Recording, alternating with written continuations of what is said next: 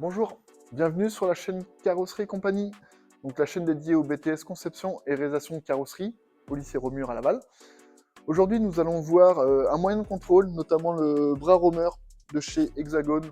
Donc ce bras nous sert principalement à valider les pièces issues de la fabrication ou en cours de fabrication, notamment sur la table d'assemblage, pour vérifier nos gabarits.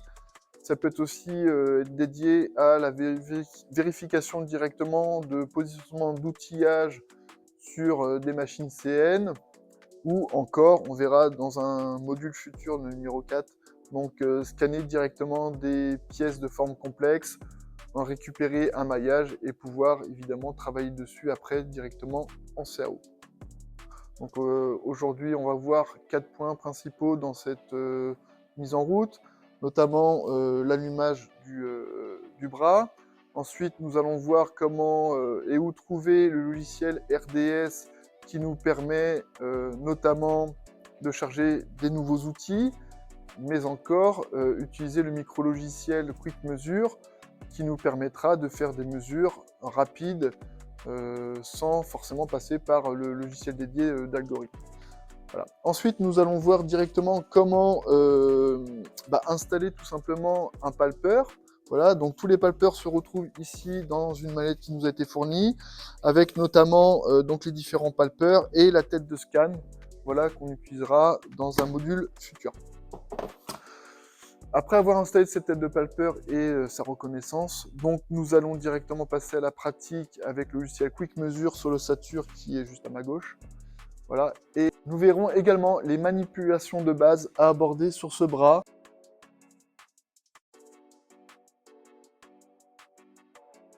Donc tout simplement, dans un premier temps, nous allons enlever la protection plastique, d'accord, de ce bras, vous la repliez, vous la mettez de côté, il faut absolument la retrouver, voilà, c'est ce qui permet voilà, d'avoir du matériel durable.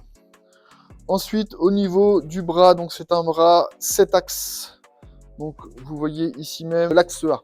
Ensuite, nous avons l'axe B, d'accord. Voilà, donc cet axe B, il peut être bloquant, notamment au moment du transport. Donc le transport, j'y viens tout de suite.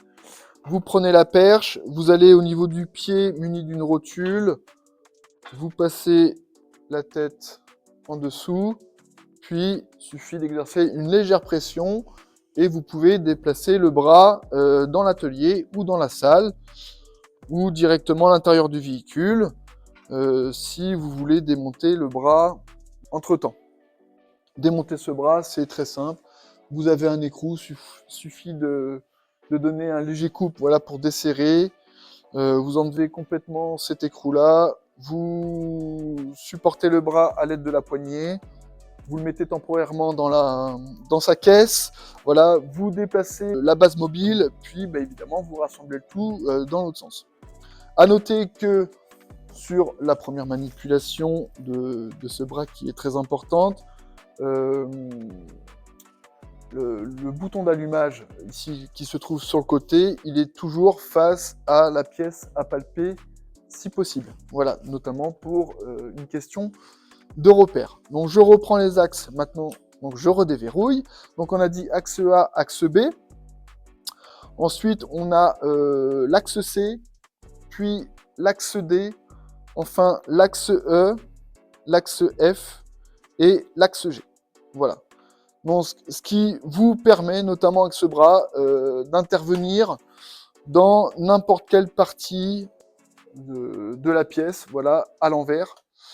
Si possible, toujours garder la tête ouverte et ne pas bloquer les axes. On verra ça dans notre dernière partie sur la manipulation. Donc, je vais vous montrer tout simplement aussi comment on peut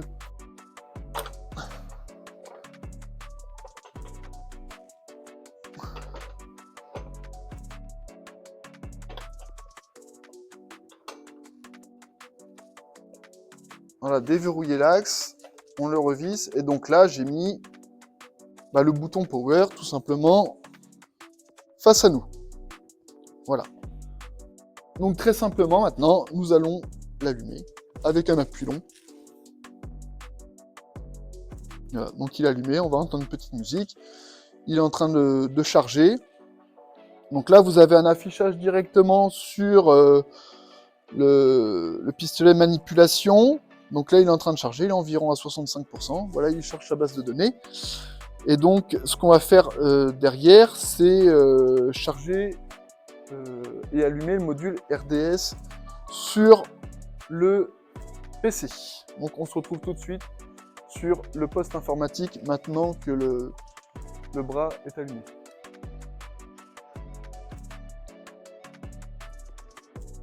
Donc sur le poste informatique, il suffit d'aller chercher dans la barre Windows tout en bas le logiciel ici RDS, donc il nous dit que pour l'instant il n'y a aucun capteur d'activer. Donc vous cliquez dessus, donc vous arrivez sur une petite fenêtre pop-up avec différents modules, notamment les paramètres, avec un résumé du type de bras roamer et puis ses mises à jour, ainsi de suite.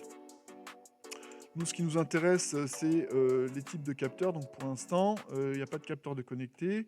Néanmoins, il sait que dans sa base de données, nous avons un centre de référence, un offset, le RS5 qui va nous permettre de dégauchir en usine, le D6L50, donc le palpeur de 6, de diamètre 6, en M3, et le D3L50, donc le palpeur de diamètre 3 en aussi M3. Donc ça, c'est des composants, on va dire, consommables, puisque parfois il se peut que ces composants-là subissent des petits chocs, donc il faut absolument les remplacer. Voilà. Et ensuite, derrière, tout un tas d'autres modules qu'on n'utilise pas forcément sur un algorithme. Voilà, c'est à faire une fois par an, où on change quelques petites références. Donc nous, ce qui nous intéresse, notamment ici, c'est ici l'installation du capteur, parce que pour l'instant, il n'a rien. Derrière ça, on a aussi l'ouverture d'une fenêtre avec une fenêtre de données, d'accord, récoltées, le logiciel Quick Measure qu'on va voir tout de suite, et la toolbox. Donc nous, ce qui nous intéresse, c'est le Quick Measure. Mais avant d'ouvrir le Quick Measure, nous allons passer à la phase d'installation de notre palpeur. Donc on se retrouve tout de suite sur le bras. Donc on se retrouve sur la tête du pistolet. Donc nous allons nous munir du palpeur avec la bille de 6. D'accord ? Sur ce palpeur, nous avons de présent des petits détrompeurs avec différents symboles. Donc ces symboles, il faut simplement les aligner avec la partie femelle qui se trouve sur le bras, chose que je vais faire tout de suite. Donc je replace temporairement le palpeur dans sa mallette équipée de mousse. Donc sur le pistolet, nous avons un capuchon avec une bille aimantée, donc qu'il ne faut absolument pas perdre. Voilà, tout simplement pour que après le contact se fasse correctement. Donc ce capuchon-là, vous le remettez en lieu et place du palpeur que vous utilisez. Donc vous prenez votre palpeur, d'accord, donc je le répète, voilà, il a son numéro de série, il a ses détrompeurs, et admettons là je vais prendre les 3 triangles que je vais essayer d'aligner directement avec la tête de mesure. Donc la tête de mesure, il y a un petit loquet d'ouverture, donc j'aligne le palpeur, ensuite je vais refermer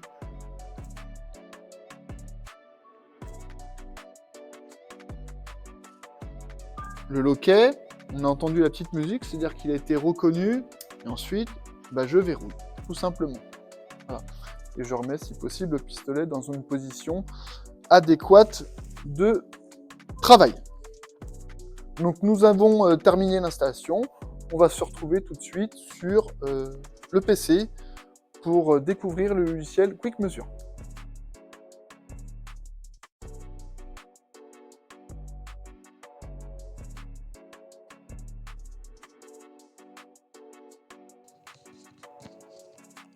Donc nous nous retrouvons sur notre PC. Donc cette fois-ci, vous voyez bien que le logiciel RDS a changé d'état. La barre est désormais bleue. Donc elle a bien reconnu ici notre bille de 6 de longueur 50.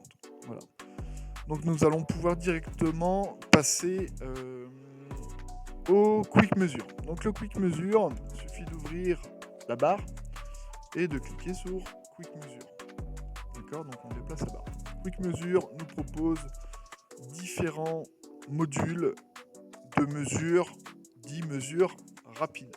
D'accord, avec ce logiciel-là, ce micro-logiciel-là, vous n'allez pas pouvoir sortir de rapports techniques à joindre à vos fiches de contrôle et donc à vos documents qualité qui suivent la vie de vos pièces manufacturées. Donc ici sur le logiciel Quick Mesure, nous pouvons faire directement de la mesure de cylindre, donc de la mesure de diamètre de cylindre, de la mesure de forme évidemment pour les perçages oblongs, rectangulaire, d'arbres, hein, alésage arbre, toujours pareil, cylindre, donc intérieur ou extérieur. Vous allez voir aussi derrière les manipulations évidemment adéquates du bras pour palper ça, pour qu'il puisse reconnaître correctement évidemment la géométrie. Ensuite nous allons avoir un module point-point. Donc évidemment pour obtenir un point, il y aura des étapes qui précèdent notamment du palpage de plan et d'intersection. Donc là, il y a un pré-algorithme en fait qui est interne à chacun de ces modules-là. Une distance plan-plan, une distance centre à centre, une distance, on va dire ligne-point, ligne d'intersection. Voilà, une distance plan-point, un angle plan-plan, un angle droite-droite et un angle plan-droite. Voilà. Donc nous, ce qu'on va faire sur l'exemple qui est juste à côté, notamment l'ossature rampe, donc nous allons tout simplement caractériser les angles de cette rampe et si possible, pourquoi pas déterminer la hauteur de la rampe avec un de ces outils et on aura terminé la découverte du logiciel Quick Mesure.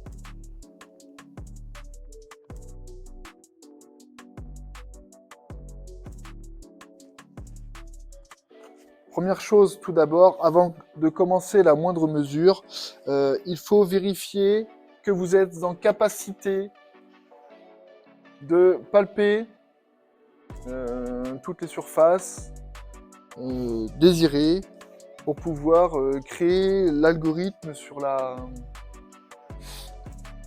le logiciel PCD Mini-S dans le module numéro 2. Voilà. Donc, on vérifie bien que le bras est déverrouillé. Puis, de façon assez simple, vous allez, d'accord, aller chercher et simuler, si possible, d'accord, les surfaces que vous avez besoin pour réaliser votre algorithme. Ce que vous entendez, c'est ni plus ni moins que les bruits de détection des axes qui sont embutés. Donc ça signifie qu'on ne déverrouille pas suffisamment le bras. Donc comme tout à l'heure, vous allez pouvoir voir de plus loin, je vais déverrouiller le bras et je vais le remettre dans la position qu'il était tout à l'heure.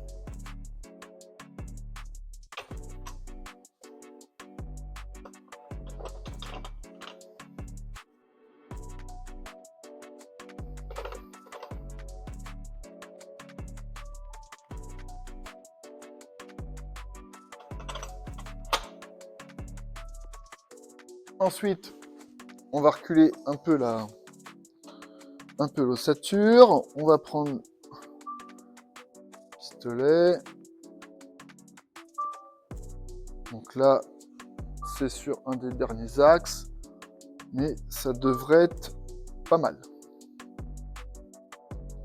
Voilà, donc là, on replace le bras et on est prêt à mesurer. Donc je vais lancer le quick mesure. Donc, notamment, nous allons récupérer l'angle, d'accord, issu là de cette soudure-là. Donc, c'est une soudure en angle qui est censée faire 25 degrés. Donc, c'est une pièce qui est réalisée par un étudiant sur la table d'isostatisme avec différents moyens, notamment une barre sinus. Donc, il se peut que lors de la mise en œuvre, cette ossature-là soit fausse et donc il faut la corriger, notamment via des jeux de cale. Donc le but, voilà, c'est en cours de processus de production, parce que ici la pièce n'est que pointée, donc à tout moment on peut la dépointer pour revoir notre isostatisme, pour évidemment obtenir une pièce correcte. Donc là, nous allons utiliser de notre côté ici la mesure d'angle. Donc il nous demande de mesurer au moins, si possible, 3 points sur un plan, chose que je vais faire. Donc je vais me mettre de l'autre côté. Donc je vais prendre 3 points à l'intérieur. Donc on prend 3 points si possible, les plus écartés les uns des autres. Et pour valider, on utilise la gâchette qui est juste en dessous vers la droite. Donc là, il a validé. Donc il me repropose de prendre, évidemment, 3 autres points sur l'autre plan. Voilà. Et donc, comme vous pouvez vous en apercevoir sur le PC, ici, il nous propose un angle de 155,1179 degrés. Donc, si vous faites le complément à 180, donc on a un peu moins de 25 degrés avec une tolérance de moins de 2 dixièmes. Donc, par rapport à la norme NF 02352, donc vous pouvez normalement valider que l'angle obtenu par soudage sur cette ossature est validé. Voilà, donc ça c'est simplement, on va dire, pour valider pourquoi pas l'isostatisme temporaire sur la table d'assemblage avant de commencer une série. Évidemment, on fera des mesures de pièces finies en cours de production avec évidemment la cotation statistique que vous connaissez évidemment. Voilà, donc ça c'était pour l'angle. Ensuite, si on veut faire une mesure de distance, donc les tubes font 20. La distance entre ce tube-là, la distance hors tout, doit être de 170 entre le sol, d'accord, et le haut du tube. Donc je vais changer de module. Donc là, je valide sur OK et on va faire une distance, la plus simple, une distance plan-plan. D'accord, donc la distance plan-plan, je vais aller prendre, puis je vais transférer ma cote. On va prendre le plan interne.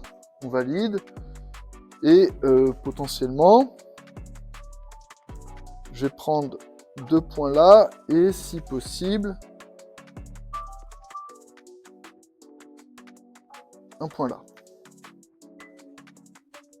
Donc il nous propose 149,17, donc ça fait environ 150, donc plus 20, sachant que mon dernier point je ne l'ai pas pris sur l'arête, hein. Il aura fallu être plus précis avec évidemment l'algorithme déterminé dans PCDMIS. Mais là, si vous rajoutez 20 à 149, on obtient 169,1. Donc avec la norme NF 02352 où la tolérance doit être de plus ou moins 0,5, on a dépassé. D'accord ? Évidemment, ici la mesure n'a pas été suffisamment précise, d'où le fait que le logiciel Quick Measure, qui est un micro-logiciel de mesure rapide, n'est pas forcément adapté à toutes les géométries et évidemment toutes les cotes fabriquées qui sont à contrôler derrière. Donc c'est pour ça qu'il faudra évidemment passer par le logiciel PCDMIS pour être beaucoup plus précis dans notre mesure, puisque nous allons pouvoir construire des points, des lignes, des plans avec d'autres éléments géométriques intermédiaires qui vont être palpés. Donc, dans la suite des opérations, on va repasser directement aux manipulations.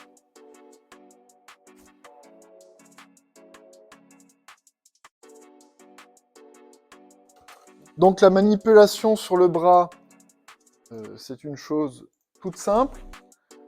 Notamment, vous voyez que ici, à ce niveau-là, hein, on a donc une pince, voilà, avec 2 ergots de chaque côté qui sont à insérer dans des encoches et dans cette position-là, d'accord? Pas évidemment avec le bras, le pistolet, la poignée dans ce sens-là, d'accord? Parce qu'il faut savoir que le pistolet tourne sur lui-même. En plus, il est entraîné parfois par l'inertie, donc il faut vraiment faire attention. Même chose, donc on ne met pas le bras dans l'autre sens, d'accord? Parce que si nous mettons le bras dans l'autre sens, c'est ce qui arrive souvent, d'accord? Et ben, il se peut que, en fonction de la position du dernier axe, la bille vienne en collision avec le bras directement. Et donc, ce qui fait que la bille derrière va être tordue. Donc, la position de l'axe E, donc c'est la rotule vers l'extérieur, vers l'intérieur. Et donc, vous repositionnez correctement donc, les ergots dans la fourchette. Et donc, la position du pistolet avec la tête de palpeur doit être sur une position quasiment verticale. Et après, vous pouvez remettre, évidemment, la poignée d'un côté ou de l'autre. Et à tout moment, en fait, ce qui est bien, c'est que vous pouvez modifier le palpeur. Et donc, il va être reconnu par le logiciel RDS. Donc voilà pour la première manipulation, qui est une opération sensible pour le repos. Après, pour ce qui est des manipulations, bah, évidemment, il faut tenir, pour pas que le bras revienne trop vite, il faut tenir le bras secondaire, voilà, soit sur la main gauche, soit sur la main droite, en fonction de quelle main vous travaillez, sachant que parfois il faut savoir travailler des 2 mains pour pouvoir intervenir dans différentes zones des pièces qui constituent soit un sous-ensemble soudé, soit une position difficile à atteindre si vous êtes droitier ou gaucher. Voilà pour ce qui est des manipulations simples. Donc pour rappel, le bouton d'allumage face à la pièce. Voilà. Si possible, les câbles pas trop ballants. D'accord? Donc faut pas qu'ils traînent par terre. C'est des câbles à connexion rapide, donc essayez de ne pas les déconnecter tout pendant votre travail, ça va de soi. Voilà. Ensuite, quand on manipule, on décroche dans un premier temps. On vérifie toujours que la gâchette donc, est bien déverrouillée, d'accord? Et donc verrouillée en position transport. Une fois qu'elle est bien déverrouillée, parce que la problématique c'est que même verrouillée, vous allez pouvoir, en forçant un peu, déverrouiller le bras. Et à force, ça crée de l'usure et il n'y aura plus de sécurité. Voilà. Donc ensuite, vous tirez gentiment sur le bras et vous manipulez. Et donc vous ouvrez, si possible, toujours la tête pour travailler dans cette position-là et non pas en position fermée comme ici. D'accord? Il faut bien travailler en position ouverte pour utiliser le maximum d'axes sur le bras romer. Voilà, donc je vous remercie pour l'attention que vous portez à la vidéo, parce que ça va vous permettre d'utiliser le bras romer correctement.